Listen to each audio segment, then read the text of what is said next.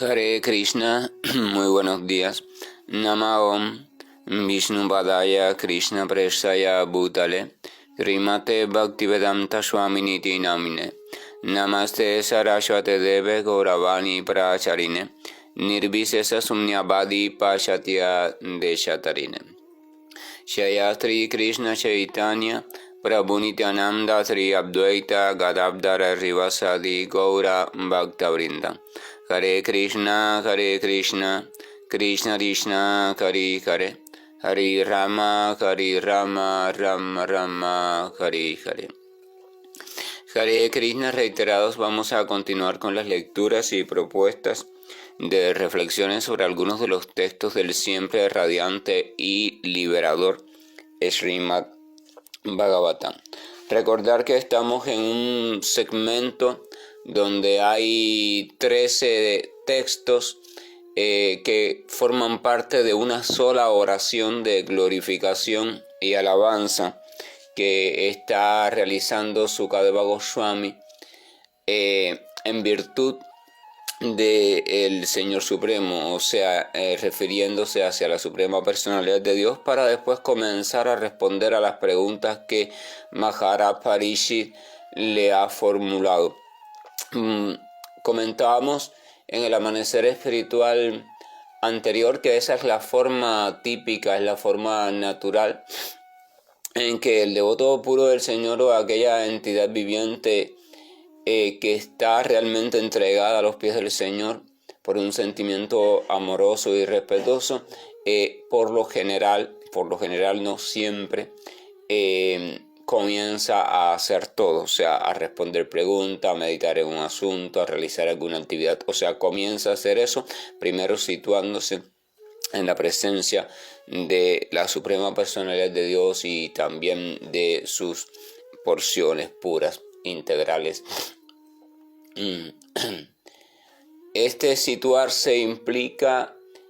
ser asaltado por un sentimiento de humildad, de sencillez, de reverencia, de respeto, de amor, y que siempre va a estar matizado por algún tipo específico de sentimiento más particular, o sea, amor como súbdito, amor como amigo, amor como madre, como padre, como hijo, amor conyugal en el entendimiento puro de la palabra, etc.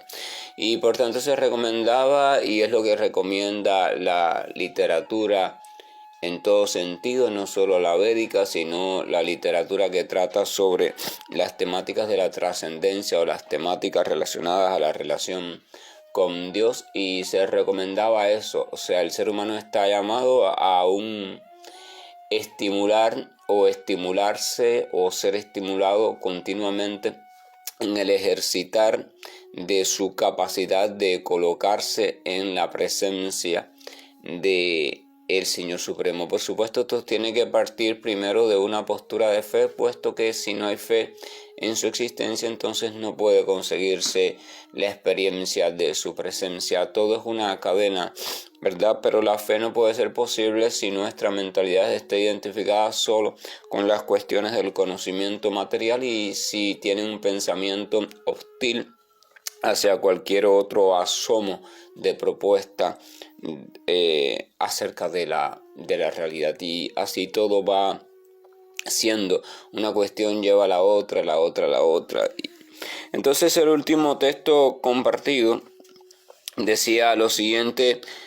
permítaseme ofrecerle mis respetuosas reverencias a aquel que es el asociado de los miembros de la dinastía Yadu y que siempre es un problema para los no devotos. Él es el disfrutador supremo tanto del mundo material como del mundo espiritual, y sin embargo disfruta de su propia morada en el cielo espiritual. No hay nadie que sea igual a él, porque su opulencia trascendental es inconmensurable. El texto número 15 continúa diciendo: permítaseme ofrecerle mis respetuosas reverencias al supremamente auspicioso Señor Supremo, pues glorificarlo, recordarlo, tener una audiencia con Él, orarle, escuchar hablar de Él y adorarlo, pueden limpiar en el acto los efectos de todas las actividades pecaminosas del ejecutor.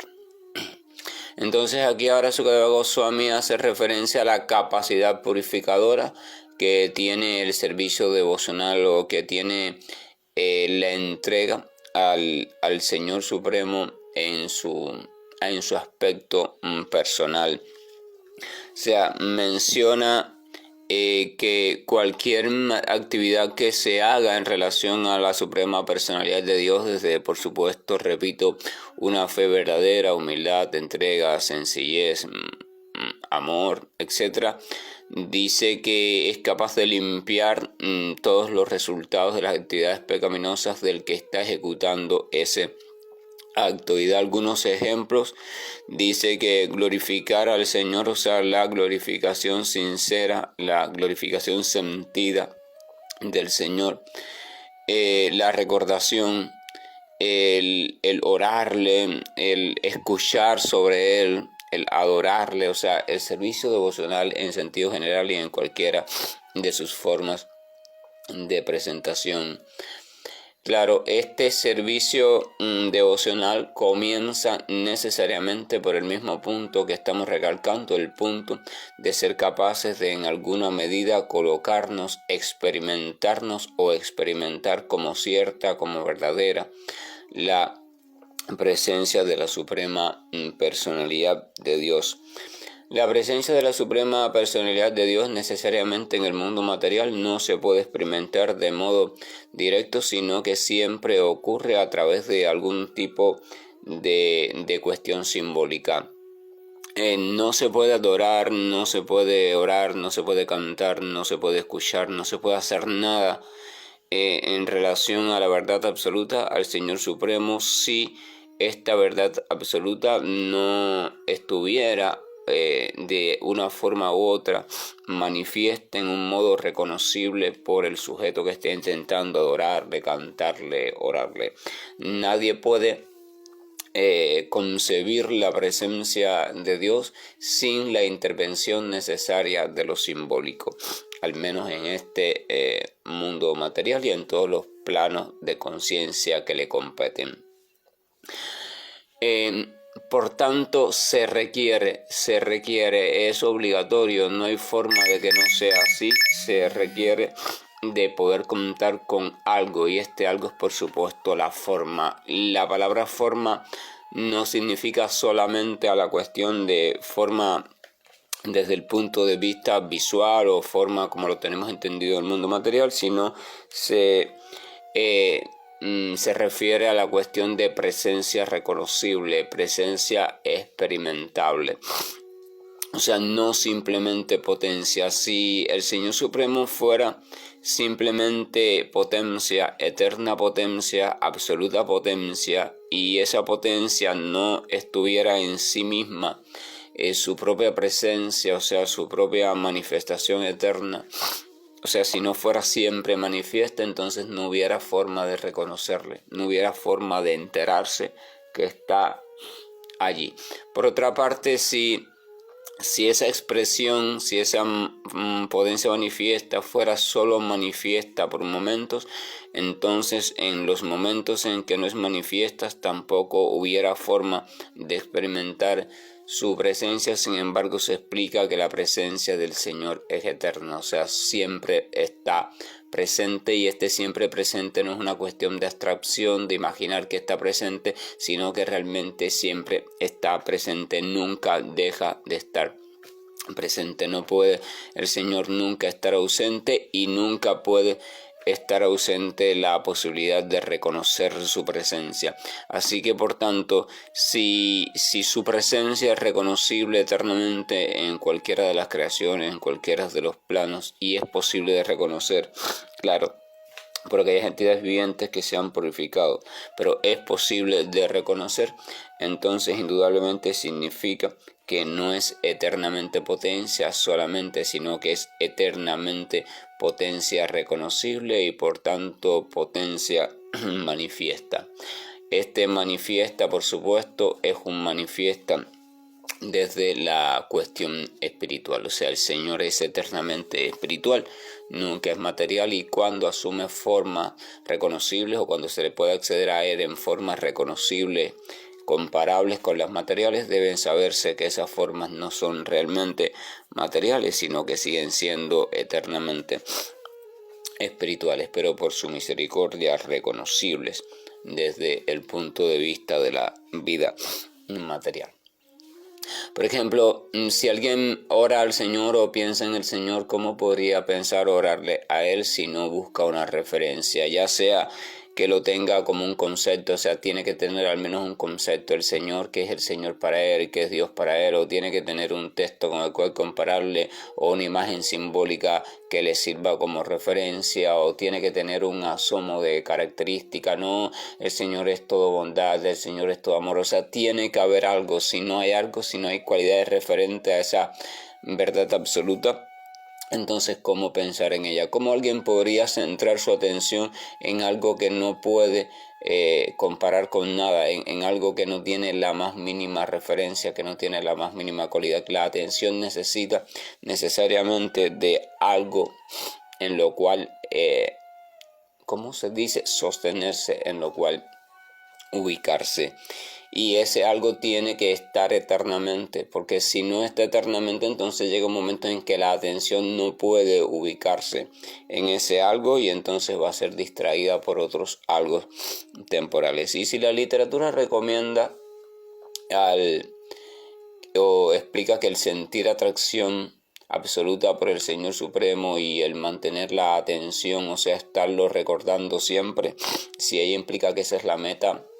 eterno de la entidad viviente y estar sirviendo constantemente a la suprema personalidad de Dios, entonces ¿cómo podría ser esa meta posible y cómo podría ser eterna si no estuviera presente eternamente la cuestión de la presencia reconocible? Son cuestiones que son para debate continuo, que no buscan echar fuera el impersonalismo, al contrario, integran al impersonalismo reconociendo al Señor como verdad absoluta, al Señor también como esa potencia siempre existente en forma de potencia, pero además de eso también acepta e integra su presencia eterna, su manifestación eterna. Y manifestación no solo significa cuestión del mundo material, porque a veces las personas piensan que hablar de la manifestación del Señor Supremo se refiere únicamente a sus participaciones indirectas en el mundo material, y no es así, sino que también todo aquello que es su presencia en el plano de conciencia espiritual, eso también es su manifestación, y de hecho es su manifestación más directa. Así que de alguna forma su manifestación está siempre siendo. Lo que no está siempre siendo es en el plano material, porque de hecho el plano material no está siempre siendo, no es siempre manifiesto, es alternativo, es alterna, manifestación, no manifestación, manifestación, no manifestación, y por tanto cuando hay no manifestación, él no está manifiesto allí, pero sigue estando eternamente manifiesto allá en el plano espiritual. Entonces continúa diciendo: permítaseme ofrecerle mis respetuosas reverencias una y otra vez al supremamente auspicioso. Por el simple hecho de entregarse a sus pies de loto, la gente sumamente intelectual se libera de todos los apegos a la existencia presente y futura y progresa hacia la existencia espiritual sin dificultad. Este texto está relacionado con el texto Bhagavad Gita, donde el Señor dice que aquellos que concentran su atención en lo impersonal, en lo sin forma, en lo meramente cognitivo, en lo inteligible, en lo que solo puede, ¿cómo se dice?, deducirse en el plano totalmente abstracto que no tiene referencia simbólica con nada, puro pensamiento, puro concepto, dice que entonces Bhagavad Gita dice que ese camino es muy trabajoso, es muy dificultoso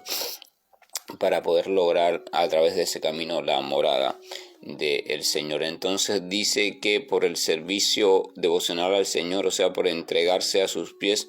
la gente sumamente intelectual es la gente que necesita intelectualizarlo todo, que se dedican continuamente a la abstracción y tratar de comprender la verdad absoluta en su pura potencia, separándola de cualquier tipo de manifestación o de expresión. Entonces dice que ese tipo de gente se libera de todos los apegos a la existencia presente y futura y progresa hacia la existencia espiritual sin dificultad. O sea, sin lugar a duda el conocimiento o el pensamiento en la verdad absoluta pura es algo maravilloso y aplaudible y que purifica de todo apego material, sitúa en un estado de liberación sin duda alguna y también nos sitúa en la trascendencia en tanto relación con el propio Señor, pero no permite continuar, no permite acceder al plano espiritual variable, o sea, al plano siempre manifiesto, pero de cualidad espiritual, lo que conocemos como las moradas del Señor, puesto que la atención de este tipo de personas está enfocada en la verdad absoluta como pura verdad y no como pura verdad eternamente manifiesta. El eternamente manifiesta ellos lo desechan y se quedan como pura verdad. Pero una pura verdad no reconocible, no perceptible, entonces no puede ser pura verdad, porque ¿cómo saber que es pura verdad si no hay forma de reconocerla? Y si no hay forma de reconocerla eternamente, entonces ¿cómo podría ser pura verdad eternamente si eternamente no es reconocible? Entonces hay una cuestión ahí. En el Sri Upanishad, por ejemplo, uno de los Upanishads, uno de los, quizás el más grande de los Upanishads, aunque todos son de igual de importantes, pero este es muy significativo. Hay un texto en el Sri Upanishad, el texto número 15, en el cual el Señor dice, el escritor dice lo siguiente: oh Señor,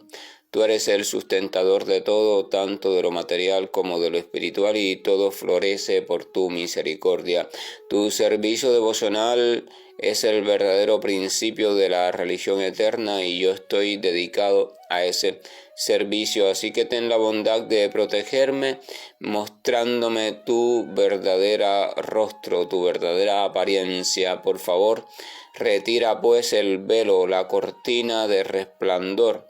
de tu Brahmayoti, de modo que yo pueda ver tu forma de bienaventuranza y conocimiento eterno. Si el Sri Upanishad en ese texto número 15 nos deja entrever que detrás de ese resplandor absoluto de la verdad absoluta, o sea, detrás se encuentra, detrás no significa separado de él, sino justo allí en ese propio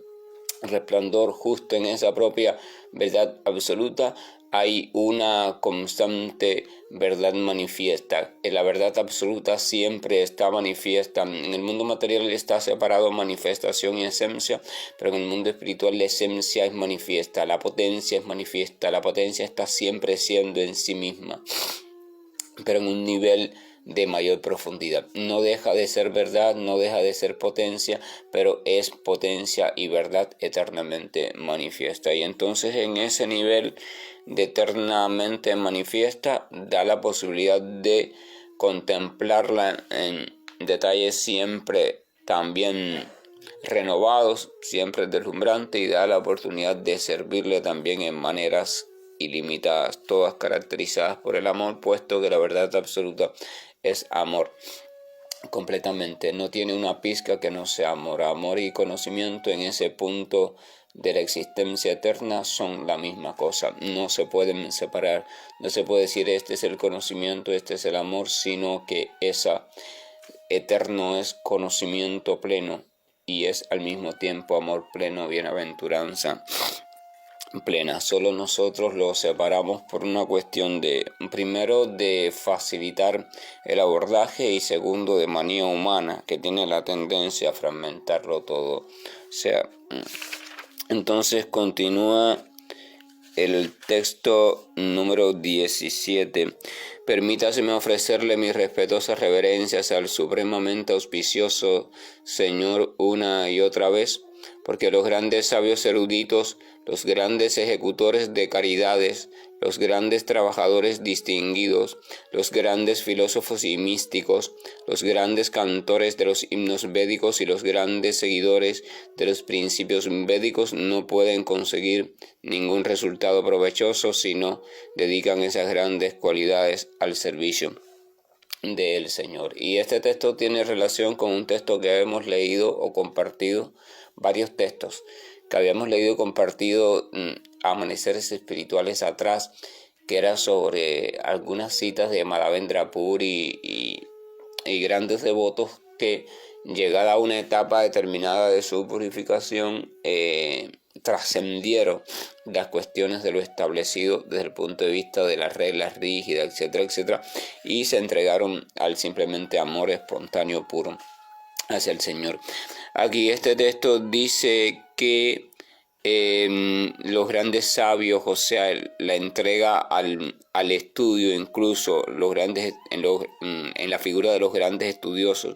los grandes ejecutores de caridades, o sea, la entrega a dar caridades en diferentes tipos de caridades o modalidades, incluso las personas muy caritativas,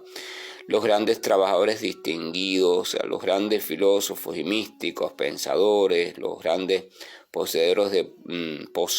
de poderes místicos, los expertos en los mantras védicos, en manifestar cosas mediante el sonido, en actuar en el plano del sonido, fíjense, todas esas cosas. Los grandes seguidores de los principios védicos, o sea, las personas muy dadas al seguimiento estricto del Dharma. Dice que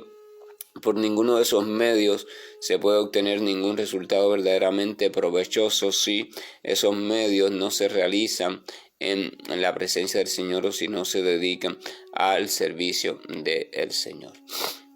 Una persona puede ser muy caritativa, una persona puede ser muy estudioso de la verdad absoluta, muy esto, muy aquello, muy seguidor de la religión, del Dharma, de todo, y si no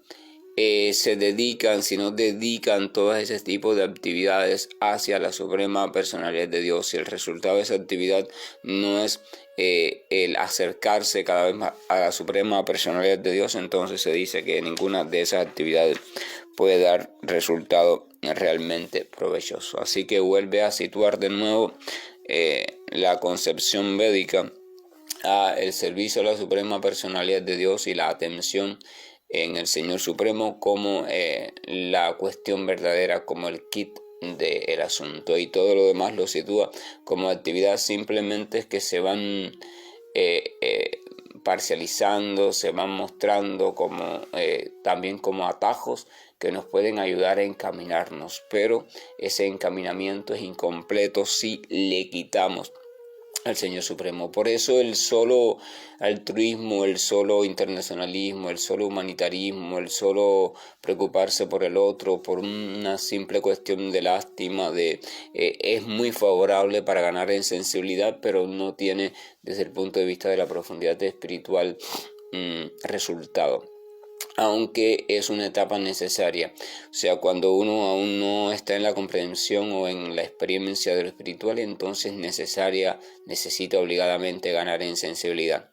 porque la falta de fe y a veces también se debe a una carencia de sensibilidad en lo profundo, porque el experimentar al Señor Supremo requiere de un refinamiento de nuestra sensibilidad profunda. No es que no seamos sensibles, sino que hay un tipo de sensibilidad más sensible que la más sensible de lo material,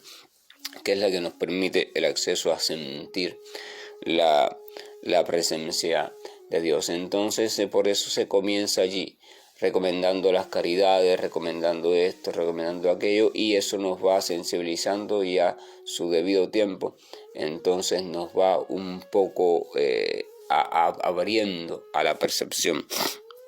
de la presencia del Señor.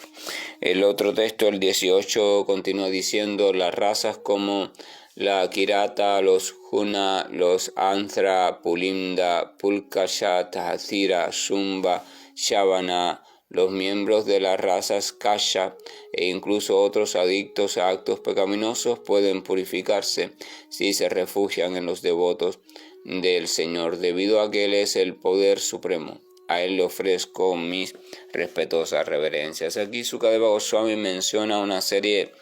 de formas de vida humana que en aquel momento estaban presentes, o tribus o pueblos que estaban presentes y que eran todos dedicados a estilos de vida completamente apartados de cualquier tipo de arma, cualquier vida organizada desde lo moral, desde lo ético, o sea, sin nada de eso. Incluso habían algunos que eran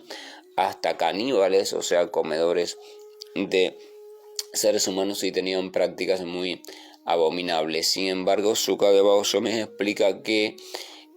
hasta ellos, cualquiera de ellos, que por virtud y misericordia tuviera la oportunidad de sentir el deseo de refugiarse, reconocer y refugiarse en el Señor Supremo y dedicarse a su servicio, entonces debido a ello podría ser purificado de todo. Ya lo vimos anteriormente en otro texto que decía que el servicio devocional al Señor nos va purificando de todo cúmulo de reacciones pecaminosas que tenemos en nuestra vida. Esa velocidad de purificación, o sea, el tiempo que se demora en ocurrir, va a depender de nuestra capacidad de entrega, de nuestra sinceridad, de nuestra determinación, no de la potencia del Señor y de su nombre, puesto que el Señor y su nombre son eternamente y completamente potentes. Somos nosotros los que obstruimos el proceso de transformación, y cada vez que pasen más estos tiempos va a ser más difícil encontrar personas con una entrega sincera, porque la mente va a estar cada vez más atada a las cuestiones de los conceptos materiales de la existencia. Entonces dice, todos ellos pueden purificarse si se refugian en los devotos del Señor. Fíjense aquí algo importante: si se refugian en los devotos del Señor. Y ahí viene el devoto del Señor como intermedio, como muestra de la misericordia de Dios. La mayor misericordia del Señor está precisamente en su devoto puro, pues el devoto puro tiene acceso, puede llegar, puede colarse allí donde el Señor no es aceptado. O sea, ninguna de esas tipos de vidas o tendencias aceptan la presencia de un Dios amoroso. Sin embargo, a través de la figura del devoto puro, asumiendo diferentes tipos de personajes, él puede entrar, puede formar parte, incluso puede nacer en medio de ese tipo de pueblo, y naciendo allí es aceptado por ese tipo de pueblo, y después, en virtud de su pureza de corazón, en tanto es devoto puro, entonces puede servir como referencia para aquellos habitantes de ese pueblo que tengan ya el corazón con un asomo de tendencias de búsqueda de una vida diferente. Entonces el devoto puro es la gran misericordia del Señor, y cuando maltratamos, desechamos, atacamos, denigramos al devoto puro, entonces debe saberse que estamos cometiendo el peor error de nuestra vida, puesto que estamos eliminando de nuestra vida o estamos desechando de nuestra vida la única posibilidad real que tenemos de acercamiento a Dios. Eso es importante comprenderlo. A Dios nos acercamos por la misericordia del devoto puro. Si no fueran por los devotos puros, nadie tuviera libros con literatura sagrada, no se hubieran conservado las palabras o los discursos o las enseñanzas trascendentales, porque de eso se encargaron los devotos puros. Que la gracia y el amor de nuestro amoroso Señor nos acompañe, nos siga guiando, orientando, iluminando y permitiendo que nuestro corazón, en la medida de lo posible, debido a nuestra dureza y frialdad, se vaya iluminando, se vaya aflojando y se vaya aperturando hacia la aceptación y de su presencia, o sea, de la presencia del Señor, y posterior entrega sincera. Hare Krishna, buen día, y estoy finalizando la grabación. Krishna Krishna Krishna Shri Krishna Govind Hare Murari Janat Narayan Vasudeva Shri Krishna Govind